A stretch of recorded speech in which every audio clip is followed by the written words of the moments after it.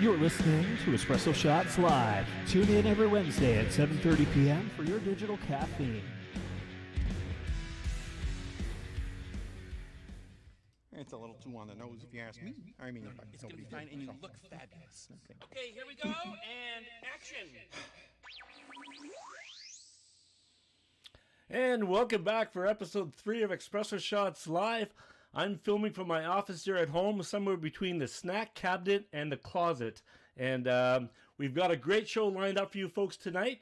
So as always, I want to know what's in your cup tonight. I've got myself a dark roast coffee with a shot of espresso in there just to keep me going. I have lined up a wonderful set of guests tonight, and it's going to be such an amazing show. And this is the first live that I've actually done where I brought guests onto the show. So without further ado, I'm going to bring in our guests, and we're going to chat a little bit more with them right here, right now. And if this all works, I should be able to click a button, and we should be able to see these guys in our showcase. Welcome to the show, guys. How's the weather on that side of town? Sunny, yeah. Beautiful. Yeah, sunny. Much better than the snow and rain and sleet and everything else we've had over the last few days. So yeah, it's nice to see a little sun. Nice. I'm going to see if I can split us up and bring me into the screen here as well with you guys so we can see each other as we talk. So we're going to talk a little bit tonight about, obviously, business Tracy. So everybody probably knows Tracy Phillips, Westport Pharmacy in the village of Westport.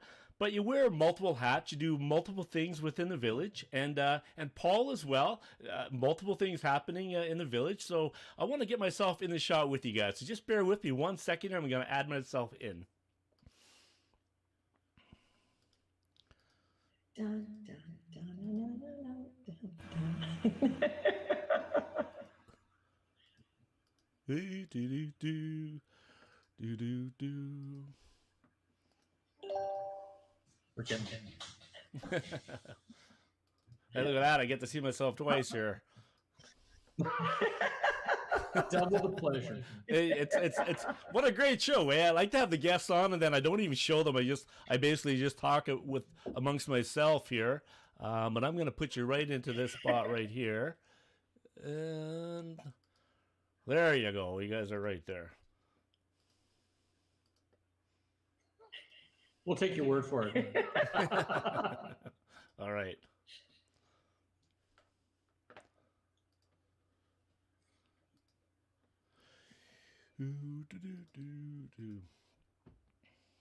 All right. Can you see me now, guys? There we go. There we are. So, Tracy, this is why I say I always need a day in advance to kind of work out the kinks, but that's okay. We'll work the kinks out live on the show. That's okay, as long as it gets done. So you were watching some Netflix last night. Yes, I think like everybody, we're binge watching multiple series on Netflix and everything else you can possibly watch. So our latest, we're exhausted almost all of the available options, we think. So we've gone back to some old series that we kind of didn't really get on with at the beginning and abandoned, but everybody else says it's really good. So we're retesting those. So our latest that we're doing is Vikings. And we just finished binge watching season 2 last night, and it's amazing. So, Nice. Might watch a little bit more when we're done here. Awesome. Well, we won't keep you too long. Yeah. I'm sorry. Go ahead, Paul. Yeah, the Ozark is. We just finished watching The Ozark, which I think that's 2 or 3 seasons, and that's a really good show. Yeah. I enjoyed that. Really, really good. With Justin Bateman. So like everyone else that's in quarantine or self-isolating, we're watching a lot of Netflix and hanging out and staying physically distant from everyone and keeping ourselves and everybody else safe. I mean, obviously here in Westport, John, you've been chatting about our beautiful community, but it is fortunately or unfortunately one of the oldest demographics, or the actual oldest demographic in all of Ontario, according to StatsCan. So we have a lot of vulnerable people in our area because of COVID. So we all need to be doing our part to keep everybody here safe and make sure that that we flatten the curve, as the saying goes. But we've done an amazing job here with everybody. We don't have any cases in the village, so that's quite an accomplishment. And obviously, we want to keep it that way. So it's good that everybody is continuing to do what they're supposed to be doing and Netflixing a lot. Yeah, well, definitely hats off to Westport Pharmacy. You guys have done an outstanding job in the village, and Tracy, as always, take a strong leadership role, and that's awesome. And people like you and people that live in this village are the reason that we've been able to kind of eliminate or at least not see much of this virus in this area of the Rideau Lakes. Yeah, we've been really lucky. So keep doing what you're doing, everybody. Right on. So Tracy, I want to get to the market. The Westport market would be year 2, but before we get there, I thought maybe we'd talk a little bit about. I know you sit on the economic development committee with Barry Card and 6 other individuals on that side of it. What's kind of going on there from an economic development point of view? Is there much conversation now, or have you been able to meet at all? Well, we haven't met for a little while, only because, as you know, the village has engaged a consultant that's going to be assisting us in developing our strategic plan. And certainly, the work of the Economic Development Committee would be to look at and try to foster things that support that strategic plan. So as the whole RFP process went and the hiring of the consultants, and then all the feedback that people in the village and the businesses have given to those consultants, we're kind of waiting for that strategic plan, which I don't have the date exactly, but I think that they are coming back out with it in the probably within the coming couple of months. However, we were just discussing, obviously, with everything that's going on with the virus, and now a little bit more information coming out from the province around, as businesses start to reopen, what is that going to look like? The guidelines that the province released are quite clear on what sanitation guidelines and safety guidelines around distancing, etc., are going to need to be in place. We were just discussing, actually, we're going to have a meeting of the Economic Development Committee and open it up to any of the other business owners that are interested in attending. And we really want to look at or talk about, as we go forward and are able to reopen safely, what does that look like in the different kinds of businesses that we have here? And, can we find some commonality amongst how we're going to open, so that, there's a little bit of standardization around that from business to business, which I think would help the businesses, to understand what other people are doing. So just kind of help them out in what they might be thinking in order to keep themselves and their employees safe. As well as for visitors and our residents that are going to be hopefully allowed to come out a little bit more broadly, so that they have a more consistent experience across the different businesses. So they don't have to remember, well, when I'm at Jake by the Lake, I have to do this, but when I go to Seasons, I have to do this, and it's something different. So, certainly respecting what everybody wants to do within their business, but I think that the provincial guidelines are pretty standard and provide some pretty clear expectations of the different businesses. So I think being able to discuss them as a group and be able to say, we're really lucky that we all know each other, and, we work well together and respect each other. So I think being able to have those conversations and see how we all might open kind of as a broader business community might be beneficial for all of us. Yeah, So I think I think that meeting is coming up. I don't think the date is set, but it's coming up sometime in the next week or two. Okay, yeah, and I think you touch on some really good points there, Tracy. You're right, there's guidelines coming out, but to be consistent in the businesses, so we're all doing the same things and not doing different things, because some of it has been left up to businesses and entrepreneurs to kind of figure out a way to move forward to make your businesses continue to work as much as you can. And the other side of it is, even though the businesses aren't exactly clear on everything right now, we have to remember that the consumer, the customer, the tourists that are coming into town are also not clear on what the expectations are.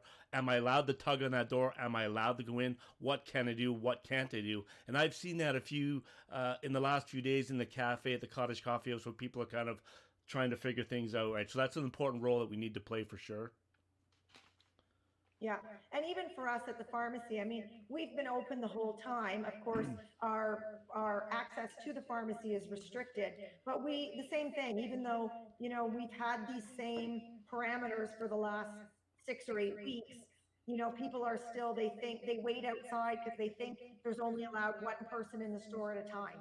And so, I'm not sure where they're getting it necessarily, but we can have, our footprint is big enough, we can have more than one person.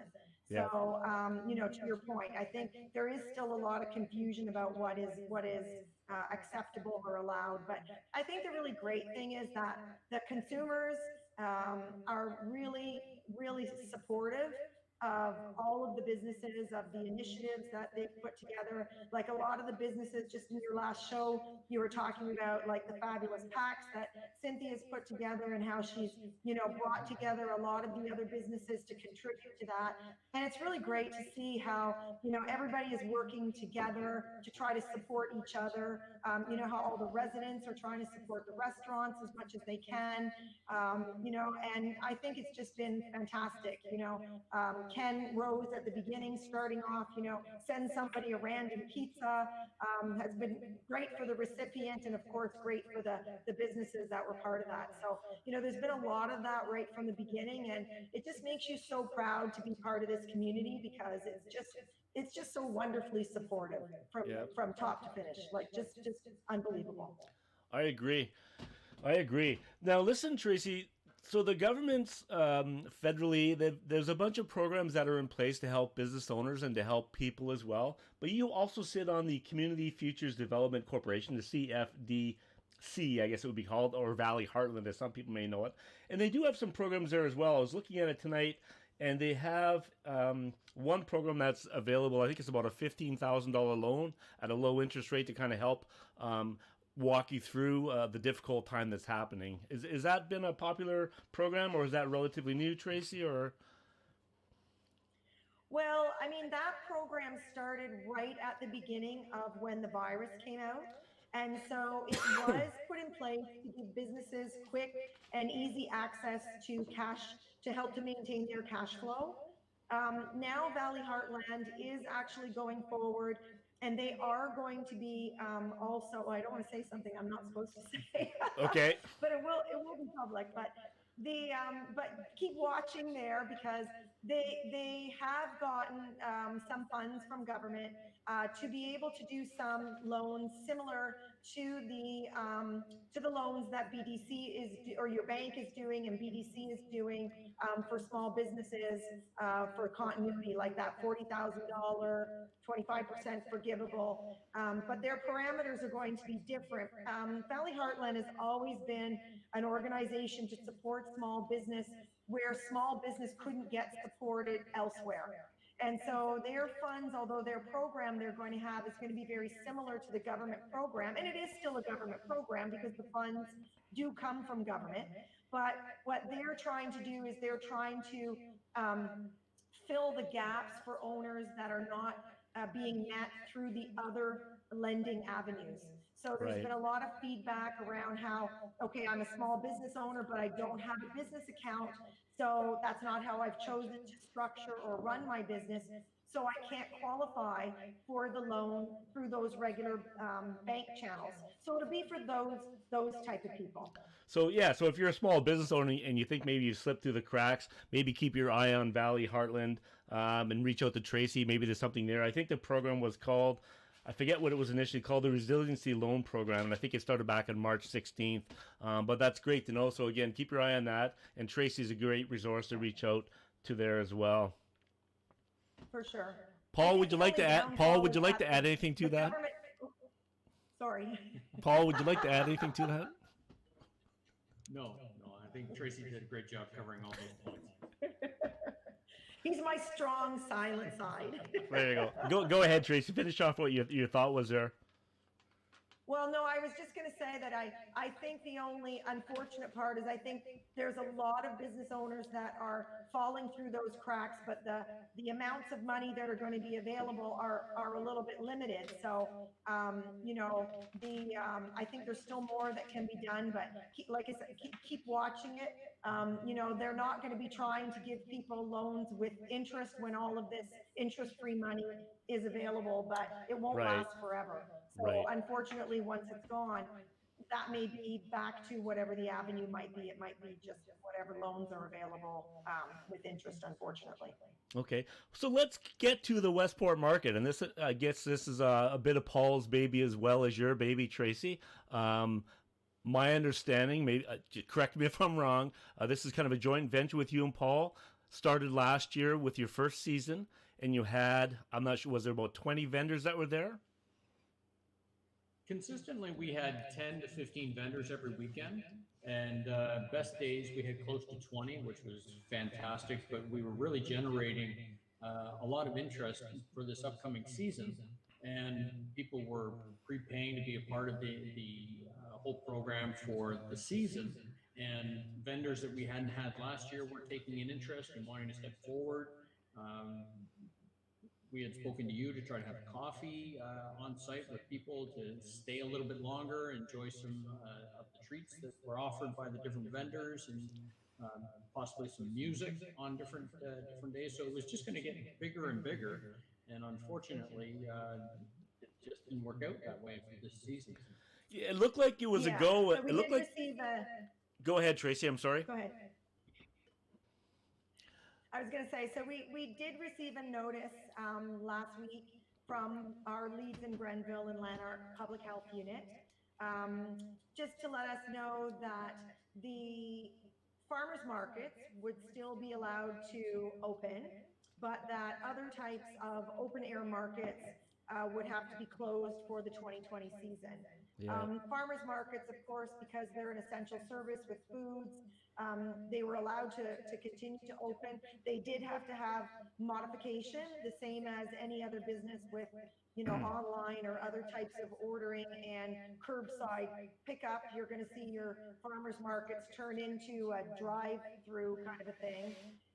So to look a little different this year, but the notice we got already said that it seemed like other types of markets that were not essential would not be allowed to open. Yeah. Obviously, because it encourages or promotes shopping and social gathering. Yeah, You it know, kind we of looks can't- like they gave two options. It kind of looks like they gave two options. They gave the option one, which was a food only market. Then option two was that drive through walk up format with a ton of restrictions all in place. Very difficult to operate. So I think a lot of the markets have really had to make that hard decision to not be there this season, and some of them have gone online. It looks like they partnered up with the Open Food Network to kind of do some online marketing as well, which would be an interesting concept. Also, have you guys considered any of that, Tracy, or is it just too much too soon this year? Well, we actually are waiting for a response from Public Health. I did email them back once I received the notice because it didn't really make it sound like if you were not a food vendor, you had no flexibility. You would not be able to open. So of course our market has a collection of food vendors, but we have just as many non-food vendors. So we really didn't think that it would probably, you know, really wouldn't be the same experience for people Right. attending the market if it was only just the handful of food people and none of the other vendors. So we're trying to still get some clarification. I haven't received a response yet, but you know, things are changing all the time, and you never know. I mean, that could be even from Public Health. They sent out that notice on, I want to say Thursday, and then on the Friday we got a different message from them with the two options that you're alluding to. The first message they sent out, there was only one option. But then in the second communication, which was just the day after, they said, oh, well, in thinking about it, they could see where there could be two models. but still only for food. So I was waiting to see, or trying to get some clarity from them to see if this is a done deal for 2020, like that's it if you're not food, or maybe as things progress, like everything else in the province, maybe we'll be able to open maybe eventually later in the summer. Yeah, and I've I and think I've either, yeah, while following all the guidelines, that's right. I mean, Yeah. we know that we can follow quite a number of the guidelines at the market space that we have because we have the room. We could certainly, allow people to do, minimize. We can space the vendors out by the appropriate amount. I had already sent the vendors the guidelines, so they would know how to restrict access within their booth, how to properly sanitize, or how to take precautions to minimize the ability for people to touch things within their booth. We can rope off the area so that people can't just randomly access it. And we had spoken. I mean, Paul is always there as the market manager.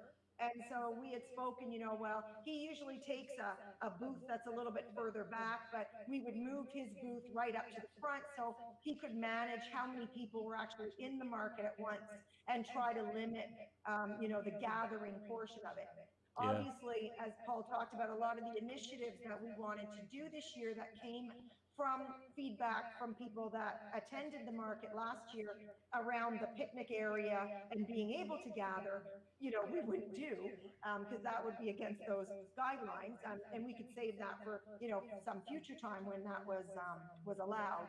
But we still feel like we can still meet all of the provincial guidelines, with the vendors if we were allowed to open. So Yeah. again, we're just waiting to get that clarity. And I mean, our space is really nimble, and we would be able to open, should we receive the word, we would be able to open within a week.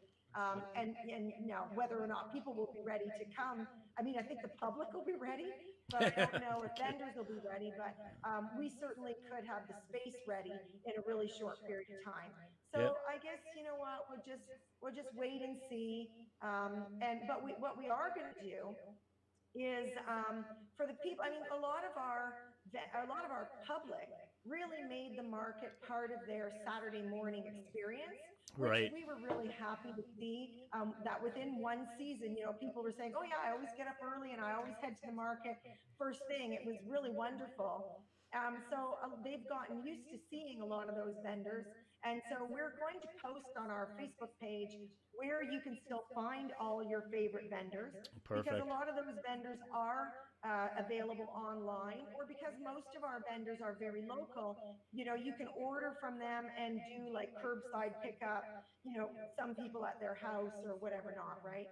So for example, like Stacey Blair at the Pie Bar and Tracy Ferguson from Soho Greenhouses were so popular last year. And they both have the ability. I think Tracy at Soho, she's open. You'll be able to go there.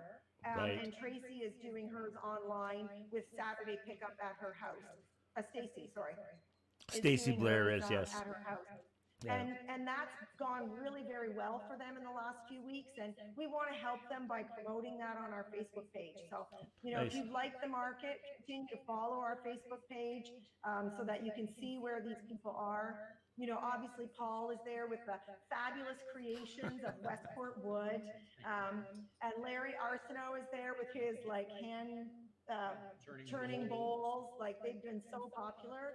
Stella has handmade guatemalan products that are very unique, and so if people really wanted some of those things, we could direct them to their site. Exactly. Yeah, and that's great. I saw that in the email that you had mentioned that maybe pairing up a little bit more so with What's on Westport as well, promoting the vendors through there. Since you guys are a member of that What's on Westport page, you can help kind of promote those smaller artists and vendors as well to get the word out how to buy the stuff, because we still have to support them as well, right? Absolutely. Well, Tracy, that's almost 7:30. Told you I talk a lot. Well, that's awesome. I really appreciate you guys coming on the show. Any final words, Tracy, you'd like to kind of get out there before we kind of conclude tonight? No, I guess just keep watching. You know what? Things are changing all the time. You never know. We had some great momentum. We're disappointed to lose it, but we'll try again next year or as soon as it's allowed. So just keep watching, and whether it's What's on Westport or our market page, and we'll keep doing that. We forgot to tell you what was in our glass. Oh yes, what was he drinking? Was it hot chocolate or wine or? No, it's courtesy of you. Yes, this is an espresso martini. Oh, nice. So what exactly is it? Espresso and? It's a very apropos drink. So One of my favorites. yeah. Nice. Well, we thank you. You know what? We thank you and Cynthia for everything you're doing in the village and keeping everybody informed like this and keeping it interesting. That's good. So Nice. we really thank you. And like I said, we're looking forward to getting out and seeing people a little bit more, and that'll be fun for everybody.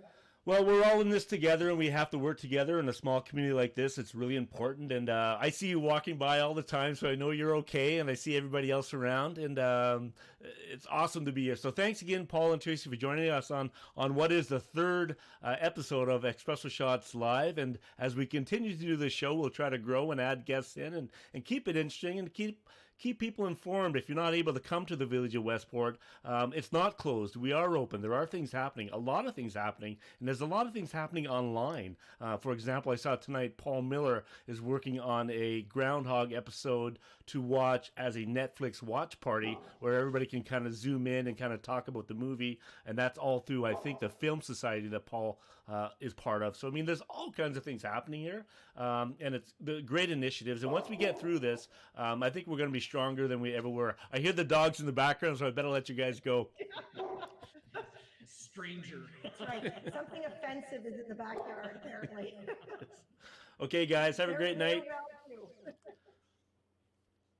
thank you so much for having us, John. We appreciate that. Thank you. Thank you. You as well, Paul. Bye, Tracy. Bye, Paul.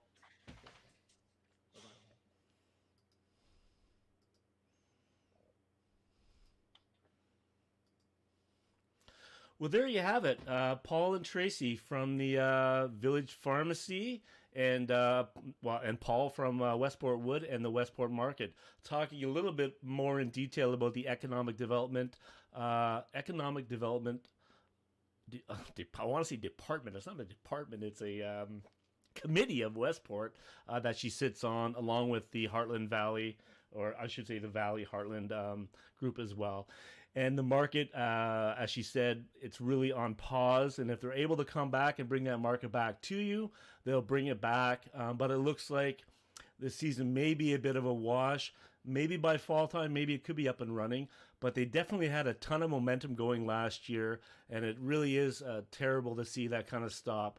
But it's everybody's in the same boat. We're all kind of working through this together. So thanks for joining us tonight. Look forward to seeing you all again next week. When I've got some, actually we have a weather guy joining the show. He'll be doing the Westport weather. So that's something you definitely want to stay tuned for. We'll have that live weather report, so that's awesome, and a few other fun guests. So thanks for tuning us. I'm going to leave you tonight with a little video of something that I filmed last summer, and I'm going to just volume out, and I'm going to say peace out, coffee out, have a great day, have a great week. Stop into the Cottage Coffee House. It is a long weekend. Cindy is going to be crazy making Chelsea buns this weekend, so if you want some Chelsea buns, get on in there and get some of those Chelsea buns.